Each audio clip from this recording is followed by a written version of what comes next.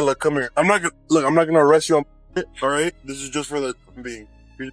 Come on, official. All right. You know your license is no good, but I'm not too worried about that. That's a ticket, right? That's a ticket. In case it slipped under your radar, the Florida headlines are heating up again with updates on Kodak Black's legal troubles. According to court records from Broward County, a new status hearing for his felony trafficking and possession charges has officially been scheduled for April 28th. Judge Barbara Duffy is set to oversee the proceedings. Once this hearing wraps, the next step will likely be the formal setting of his trial date. Inside the courtroom, the mood is heavy. Even a lawyer present at the hearing shared that the quiet conversations between prosecutors and legal officials hint at one thing: this might be the end of leniency for Kodak. The sense is that the grace period is over. It's time for sentencing. But the looming question remains: just how long will his sentence be? To rewind, it's been about 8 months since Kodak was initially taken into custody. He was arrested on the spot and later released on bail, but now the clock is ticking, down to his day in court.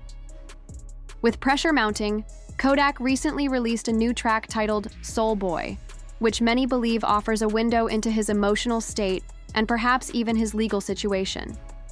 The song begins with a gut punch of a line. Soon as I heard this stuff, I started crying. My eyes keep watering. I miss my kids. I bet they wondering where their father went. In these lyrics, you can feel the weight of regret and the emotional toll this chapter is taking on him, not just as an artist, but as a father. It's a rare glimpse into the human side of someone so often defined by headlines and controversy. Adding another layer to the moment, respected voices in hip-hop culture, Wallow and Gilly the King, have reportedly stepped in to offer Kodak some heartfelt guidance. Known for turning their own pain into purpose, the two have become unofficial mentors to younger artists in trouble, encouraging Kodak to make better choices and see the bigger picture beyond the fame and legal drama. As Kodak faces one of the most critical turning points of his life, all eyes are on what comes next. Will this be the wake-up call he needs, or just another chapter in a long line of legal setbacks? Either way, the stakes have never been higher. Don't never doubt yourself. You got them babies counting on you. There's gonna be times where you're gonna doubt yourself, you're gonna be in pain, but them babies counting on you. You gotta be here. And I'm telling you that because a lot of people get around you and they see your success and they say, oh man, a lot of people need you, and they yes man you. I ain't here to yes man you. You know me, every time we connect with you know I got love for you. Not because I need you, I got love for you because you're a young cat and I was young, Gil was young. Live. And I'm telling you that because you see that love that lady get, you see how you light up when I talk about your babies? Live. These people want to laugh, they want to joke, they want to criticize. They don't know your pain, I don't know your pain. But I know one thing, them babies counting on. Kodak Black's current troubles go far beyond courtrooms and headlines. They're reshaping his entire life, and more importantly, affecting the people who depend on him most. According to publicly available info, Kodak is the father of 5 children, all of whom are growing up while their dad battles legal woes and personal demons from a distance. The weight of that reality is beginning to show. In his latest song, Kodak turns inward, revealing the strain on his family ties. He pleads with his mother in one line, "Mama, I need you to stop believing everything you see on blogs. Can't nobody say no stuff about me 'cause I be highway on Mars." It's a direct response to the constant stream of viral moments and internet gossip, many of which show Kodak in a troubling state. One such clip that gained massive traction showed him eating fried chicken while sitting on the ground in the middle of the street, seemingly out of touch with reality. People around him encouraged the behavior, laughing, filming, and even sitting down beside him like it was all a joke. Another widely circulated moment came from one of his chaotic live streams, where he was seen shirtless, dancing erratically, on his kitchen counter while trying to cook. Slurred speech, wild movements, and concerning behavior had viewers questioning his sobriety and mental state. It wasn't entertainment, it was a cry for help, caught on camera. And now, Kodak is once again facing serious legal consequences. The upcoming trial for his drug possession and trafficking charges isn't his first run-in with this kind of trouble.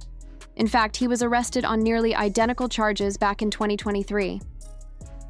On February 28th of that year, he admitted to using drank, a slang term for codeine cough syrup, but firmly denied involvement with any harder substances.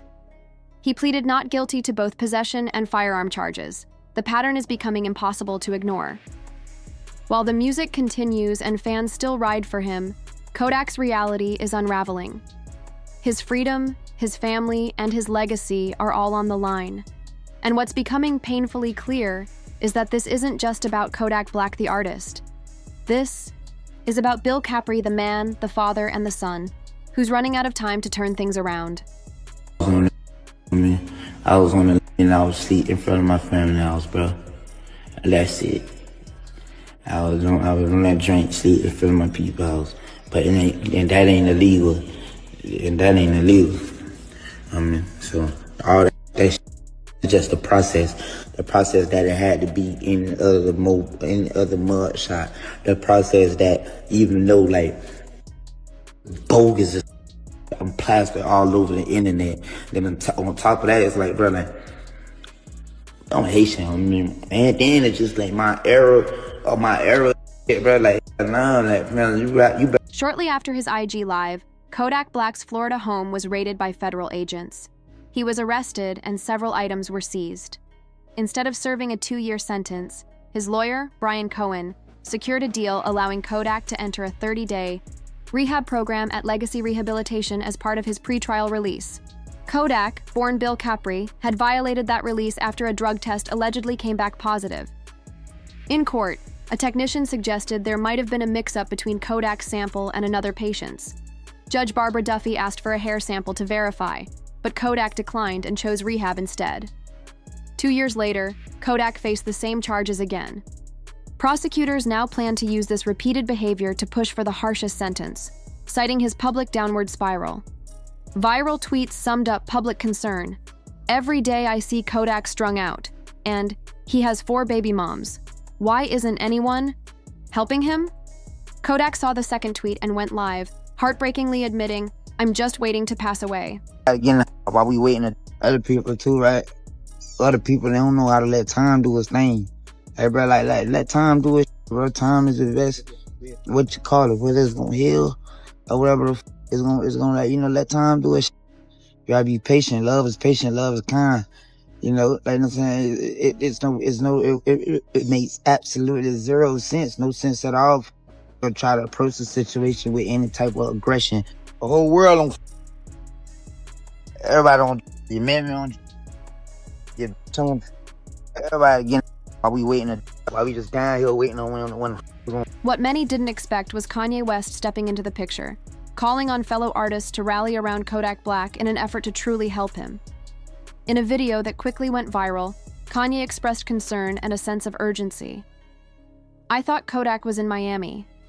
I see he's in Atlanta. I'm flying down there right now. Anybody who knows him, who knows what's really going on, rappers, whoever, I need y'all to do something. Please don't judge me, just let me go help this man." Later that same evening, things took a concerning turn. Kodak was seen pacing back and forth in a room, repeatedly claiming to be Drake's favorite rapper. While the statement itself isn't far-fetched, Drake has shown love to Kodak before. What made the moment unsettling was his erratic behavior and the fact that his so-called friends sat back filming him rather than stepping in to help. It became clear that Kodak was surrounded by people more interested in content than in his well-being. But how did it all get to this point? It traces back to his 2023 rehab stint after being arrested on trafficking and possession charges. That time, rehab seemed to offer a fresh start. Kodak cut the noise, focused on his health, wrote music, and hit the gym. When he got out, he dropped his comeback single, Walk, and it exploded. Within a week, the video racked up 30 million views, and he was back on top. Unfortunately, the success didn't last. Fame, temptation, and old habits crept back in. During a live stream with Kai Cenat, Kodak showed signs of serious distress, sweating profusely, swatting at invisible things and making incoherent statements. The performance was unsettling, and fans watched with concern as his mental state seemingly unraveled in real time. The next morning, Kodak attempted to explain himself in another chaotic IG Live, rambling about people clout-chasing and claiming those who criticized him were broke or irrelevant. But the damage was done. Millions of fans who had rooted for his recovery were now watching, disappointed and heartbroken. Just a few weeks later, at a local football game, a fan approached him and said, "I love when you're sober." Instead of taking it as encouragement, Kodak went live again, responding with hostility and flashing stacks of cash, as if trying to silence concern with money. Then, during an appearance at a Baltimore Ravens game, he looked visibly dazed, prompting tweets like, "It's becoming clearer by the day. Kodak Black is in the middle of a battle bigger than music, fame, or headlines. And unless the people around him, and maybe even the industry itself, step in with real help, not cameras, this story could end in heartbreak." Hey Kodak, what you gotta say about the Ravens, big G? I love Ravens. Hello. Hey, what about that boy LJ, man? What you gotta tell the flock about that boy LJ, man? Hello. Yeah. And that boy Yak in the city. Yeah, Yak in the city. I live out here. Hello. Yeah, Yak in the city. Baltimore. The two viral moments of Kodak Black's public breakdown didn't just stir the internet, they stirred the hearts of those who've walked a similar path. Among them was Bunk, now known as John Gabbana, who reached out with an emotional plea. Speaking from a place of experience and redemption, Bunk said, "You don't look healthy, bro. And I know this ain't just for fun. You're trying to fill a void. I've been there. But by God's grace, I got clean. I broke those chains, and I'm qualified to talk to you man to man. You've got people looking up to you. You've got a child. As a father, you have to be the example. Holler at me. Let's break bread." But instead of answering Bunk's heartfelt message, Kodak chose to respond publicly to Kanye West, who had also voiced concern and even flew to Atlanta to find him. Kodak praised Ye, calling him a real one, and joked that he must be the only man left who still supports Diddy. He even suggested a collaboration, saying they should get some money together. Then came a surreal turn. Kodak was invited to the White House, but rather than it being a moment of respectability or redemption, it became another internet spectacle. He was visibly incoherent, rambling aloud about a world where everyone is the same color or rich, asking, if everybody was smart, who's going to take the trash out? A moment now etched into online history as the first time a rapper was caught tweaking at the White House. But a week later, something shifted. On a podcast with DJ Academics, Kodak showed rare vulnerability. "I'm sorry," he said.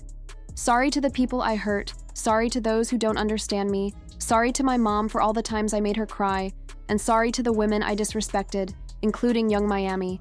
I just want to do better." It was a sobering moment.